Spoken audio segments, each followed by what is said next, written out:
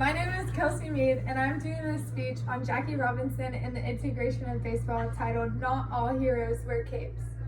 I'm sure everyone knows of someone who can talk the talk but can't walk the walk. Well, Jack Roosevelt Robinson, more commonly known as Jackie Robinson, was the polar opposite. Jackie and his four siblings were all raised by their mother, Mallie Robinson. During his childhood, Jackie faced many trials.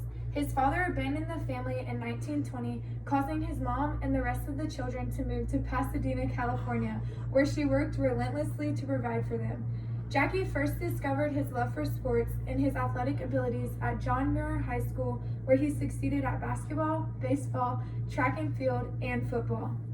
He continued his athletic career in all four sports at UCLA, but surprisingly, the sport that he is most famous for, baseball, was actually the sport he struggled with the most in college. Although Jackie is known for his Major League Baseball career with the Dodgers, that is not what defines him, but it was part of his role fighting for Black equality. Jackie had an exceptional career in more than just baseball at UCLA. He was drafted by the Dodgers in 1947, and after his baseball career ended, he continued to fight for Black equality. To start with, Jackie wasn't the hero that most people know him as today when he first started playing sports. Truthfully, in college, he was far from the baseball player that he turned out to be for the Dodgers. Actually, his stats seemed to prove that his best collegiate sport was football. Unbeknownst to him, Jackie was already fighting the fight against segregation even in his athletic career, as he was only one of 4 African Americans on the football team. He was able to lead the football team, playing both ways and special teams, to an undefeated season of 6 wins and 4 ties. On top of earning all Pac-10 honors for football in 1939, he was also named to the All-American football team in 1941. Jackie also excelled at the other 2 sports he participated in at UCLA, earning West Coast Conference MVP in basketball and championship titles in track and field. Before Jackie made it big, he was drafted for the Army, where he served 2 years until he was honorably discharged. Subsequently, after he was discharged, Jackie began his professional baseball career, which started in the Negro Baseball League. He spent 1 season with the Kansas City Monarchs in 1945 before being drafted by the Dodgers, where he would face a few of the hardest years of his life. The general manager of the Dodgers at the time, Branch Rickey, wasn't looking for the best Black baseball player. Instead, he was looking for a player that was good enough to make it in the majors, as well as someone who would not retaliate against racial discrimination. Jackie wasn't afraid to retaliate and fight for equality because he believed it was something that he deserved, but Branch and Jackie did come to an agreement that Jackie wouldn't fight back. Jackie made his MLB debut and broke the color barrier on April 15, 1947. However, his greatest challenge came a week after, when the Dodgers headed to Philadelphia to face the Phillies. Jackie was constantly attacked with racial slurs, death threats, pitches flying at his head, and base runners intentionally cleaning him. Jackie didn't let any of these obstacles affect his performance on the field, though, and he never broke that promise that he had with Branch.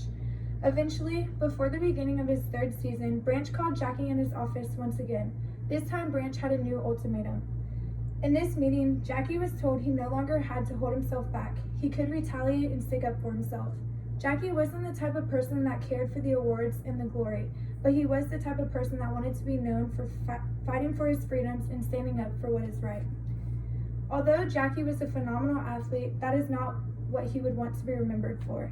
When his baseball career ended, Jackie continued to fight for Black equality as he served on the board of the NAACP and worked to raise money for the Southern Christian Leadership Conference.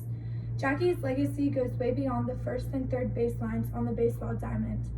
He worked alongside people such as Martin Luther King Jr. and Reverend Jesse Jackson as he continued to speak his mind about racial equality and push the civil rights movement. Jackie also campaigned with and for the people that he believed would be the best for the Black community fighting against discrimination. However, he would stop supporting certain political leaders in an instant if they did something he didn't agree with. For this same exact reason, Jackie decided to resign from the board of the NAACP after nearly a decade because he didn't believe it was achieving its mission statement. Despite being widely admired today for fighting for justice and equality in the Black community, he had some of the same political ideas as some of the pro athletes today who create much controversy. Jackie Robinson, in the eyes of many, is seen as a hero who changed the sport of baseball because he was the first Black player to play in the major leagues. Many people look at him as being a stellar athlete and winning all these awards, but his legacy and heroism is much deeper than what's on the surface. Yes, he was an exceptional athlete who excelled in every sport he played, as mentioned earlier. However, if it wouldn't have been for his great bravery and courage to take on the daunting task of integrating the great American sport of baseball, his legacy wouldn't be close to the same. Jackie said it best whenever he said himself, "A life is not important except in the impact it has on others' lives." Jackie's impact is so much more than just being a multi-sport athlete at UCLA and playing for the Dodgers. He would want to be remembered for how he integrated baseball as well as continued to push for equality after his career was over. The awards didn't mean anything to him because him and his people weren't truly free. Jackie is a hero because he led the way for many people after him to continue to stand up for what is right. Many young baseball players today surely look up to Jackie for the phenomenal player that he was and all the success that he did have while in the league. But all they might care about are the stats. What Jackie truly cared about, though, was the racial discrimination and the color barrier. He didn't live to see the color barrier in baseball completely broken because he never got to look across the field at the third baseline and see a black manager standing there. He did, however, change the course of history, which makes him a hero in almost everyone's eyes to this day. Jackie Robinson wasn't just someone who talked the talk, but he did walk the walk. Yay.